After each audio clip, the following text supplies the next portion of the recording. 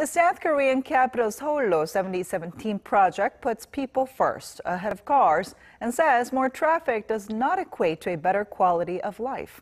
Our Hong Yoo tells us more about some of the reactions to that plan.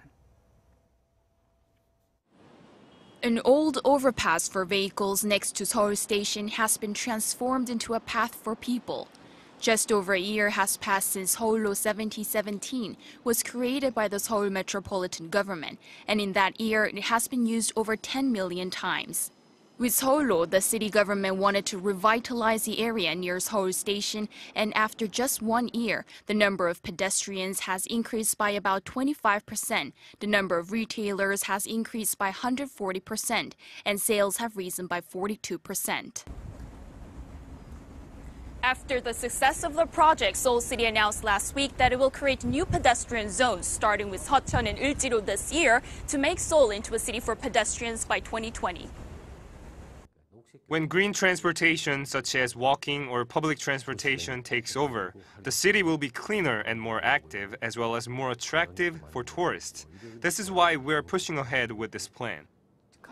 According to a survey of 680 citizens that have used Seoullo, about 69% were satisfied with the project. For me, it seems like a good idea because people can spend more time walking with their friends, and it's also good for the environment. But expanding the pedestrian zones will mean vehicles will face speed limits, and already congested roads such as Seoul will be reduced from 10 lanes to 5 lanes. I'm definitely against it. The roads here are already crowded, and downsizing them to half the size would make the matter worse. Practically speaking, there are some difficulties in completing this plan by 2020 because, first of all, there is the transportation flow problem to solve and the costs of realizing the plan. The designs for the plan will be made starting next year, and the construction will begin in 2020 to be completed by mid-2021. Hong Yoo, Arirang News.